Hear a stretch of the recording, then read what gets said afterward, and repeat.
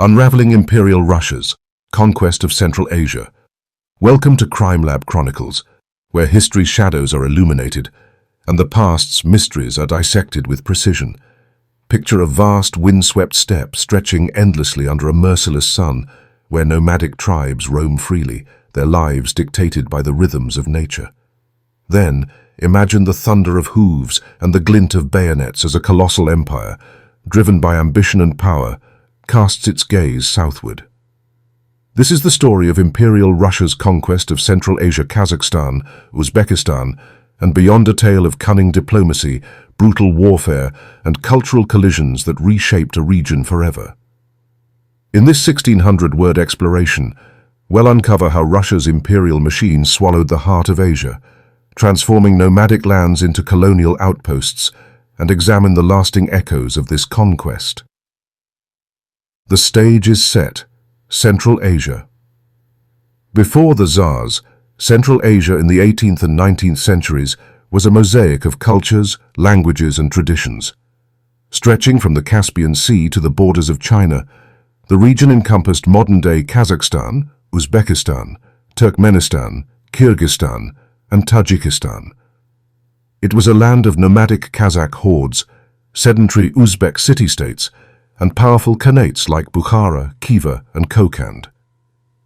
These societies thrived on trade along the Silk Road, with bustling bazaars in Samarkand and Tashkent, and lived by their own codes, nomads valuing mobility and independence, while urban centers like Bukhara were hubs of Islamic scholarship. Yet, this vibrant tapestry was not without vulnerabilities. The Khanates were often at odds, their rivalries weakening any unified resistance. The Kazakhs, organized into three hordes, the Great, Middle, and Lesser, were similarly fragmented, their loyalties shifting with internal politics and external pressures. Enter Imperial Russia, a growing colossus to the north, hungry for territory, resources, and strategic dominance. The stage was set for a clash that would redefine Central Asia. The Russian advance, a game of strategy and force. Russia's interest in Central Asia was not a sudden whim, but a calculated extension of its imperial ambitions. By the 18th century, the Russian Empire had already expanded across Siberia, reaching the edges of the Kazakh steppe. The conquest of Central Asia, often called the Great Game when viewed alongside Britain's competing interests in the region, was driven by several motives: securing borders against nomadic raids, accessing lucrative trade routes, and countering British influence in India. The Kazakhs were the first to feel Russia's grip. In the 1730s, the Lesser Horde, under Khan Abulkar, swore allegiance to the Russian crown, seeking protection from rival tribes and external threats like the Dzungars. This was less a surrender than a pragmatic alliance, but it opened the door for Russian influence. Over the next century, Russia used a mix of diplomacy and coercion to bring the Kazakh hordes under control. By the 1820s, the Middle and Great Hordes were also absorbed, often through treaties that promised protection but delivered subjugation. Russian forts, like Orenburg and Semipalatinsk, dotted the steppe, serving as both military outposts and symbols of imperial might.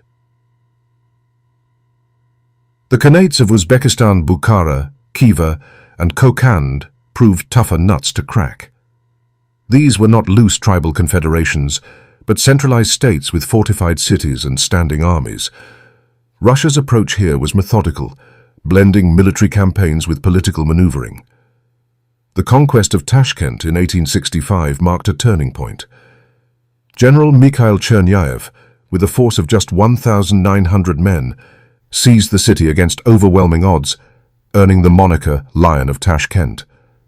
This victory showcased Russia's military prowess and sent a clear message to the Khanates: resistance was futile. By 1873, both Bukhara and Khiva had fallen, reduced to Russian protectorates. Kokand followed in 1876, its territory absorbed into the newly formed Turkestan governor-generalship. Russia's strategy was ruthless but effective: exploit internal divisions, deploy superior firepower, and impose treaties that ensured economic and political dependency. The cotton trade, in particular, became a tool of control, as Russia transformed Uzbekistan into a vast cotton plantation to feed its textile industry, reshaping local economies to serve imperial needs. The human cost, resistance, and repression, the conquest, was not a bloodless affair. Central Asian societies, fiercely independent, did not bow easily to Russian rule. Kazakh nomads, accustomed to roaming vast steppes, chafed under Russian land policies that restricted their movements and encouraged Slavic settlement. Rebellions flared, most notably the 1916 uprising in Kazakhstan and Kyrgyzstan, sparked by conscription demands during World War I. Russian forces crushed these revolts with brutal efficiency, leaving thousands dead and entire communities displaced. In Uzbekistan, resistance took different forms.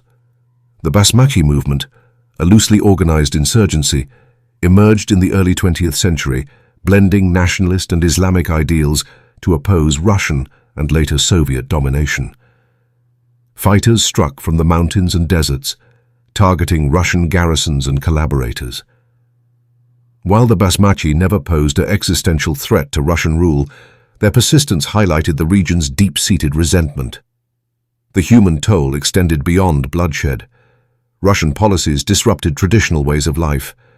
Nomads were pressured to settle, their grazing lands carved up for Russian farmers. In Uzbekistan, forced cotton monoculture led to environmental degradation and economic dependency, as local farmers were coerced into growing cash crops over food. Islamic institutions, central to Central Asian identity, faced restrictions, with mosques and madrasas repurposed or destroyed. These changes sowed seeds of alienation that would persist long after the Tsars fell. Cultural collision, Russification, and adaptation. Imperial Russia's rule was not just about military conquest. It was also a cultural project. The policy of Russification aimed to integrate Central Asia into the empire's orthodox Slavic framework. Russian language and customs were promoted, particularly in urban centers like Tashkent, which became the administrative hub of Turkestan. Schools taught Russian curricula, and Orthodox churches appeared alongside mosques, signaling the empire's intent to reshape the region's identity. Yet Central Asians were not passive recipients. In Kazakhstan, the Alash Order movement, led by intellectuals like Alikhan Bukhaykhanov, sought to modernize Kazakh society within the Russian framework, advocating for education and political representation. In Uzbekistan, the Jadid movement pushed for Islamic reform, blending traditional values with modern education to counter Russian dominance.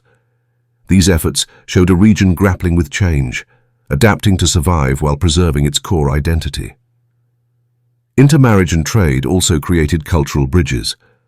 Russian settlers, though often resented, brought new technologies and ideas, from railways to telegraph lines. In cities like Samarkand, Russian and Central Asian elites mingled, creating hybrid spaces where cultures coexisted, if uneasily. This was no egalitarian exchange. Russian power was paramount, but it laid the groundwork for a complex, multi-layered society. The strategic game, Russia versus Britain. Central Asia's conquest cannot be fully understood without the Great Game, the geopolitical rivalry between Russia and Britain. The British, entrenched in India, feared Russian expansion as a threat to their jewel in the crown. Russia, in turn, saw Central Asia as a buffer against British influence and a gateway to Asian markets. The two empires engaged in a shadow war of espionage, diplomacy, and proxy conflicts, with Central Asia as the chessboard. Kazakhstan and Uzbekistan were key pieces in this game. Russia's forts in the Kazakh steppe were as much about signaling strength to Britain as controlling nomads. The conquest of Bukhara and Khiva sent ripples to London, prompting fears of a Russian march toward India. Yet, the Great Game was more posturing than outright war. By the late 19th century, Russia and Britain reached an uneasy détente, with agreements like the 1907 Anglo-Russian Convention defining spheres of influence. Central Asia remained firmly in Russia's grip, But the spectre of British rivalry shaped its colonial policies, from fort building to railway expansion. Legacy of Empire, Central Asia's transformation. By the early 20th century, Central Asia was unrecognizable from its pre-Russian days. Kazakhstan's steppes were dotted with Russian settlements, its nomads increasingly sedentary. Uzbekistan's Khanates were shadows of their former selves, their economies tied to Russian cotton and their rulers reduced to figureheads. The region was now part of a vast imperial network, linked by railways and telegraph lines to Moscow and St. Petersburg. Yet the seeds of future conflict were sown. Russian policies deepened ethnic and cultural divides, pitting settled Uzbeks against nomadic Kazakhs and fostering resentment among all. The 1917 Russian Revolution would transform the region again, as Soviet rule replaced Tsarist governance. But the imperial legacy lingered. Soviet borders, drawn with little regard for ethnic realities, set the stage for modern Central Asian states, while the memory of resistance fueled nationalist movements.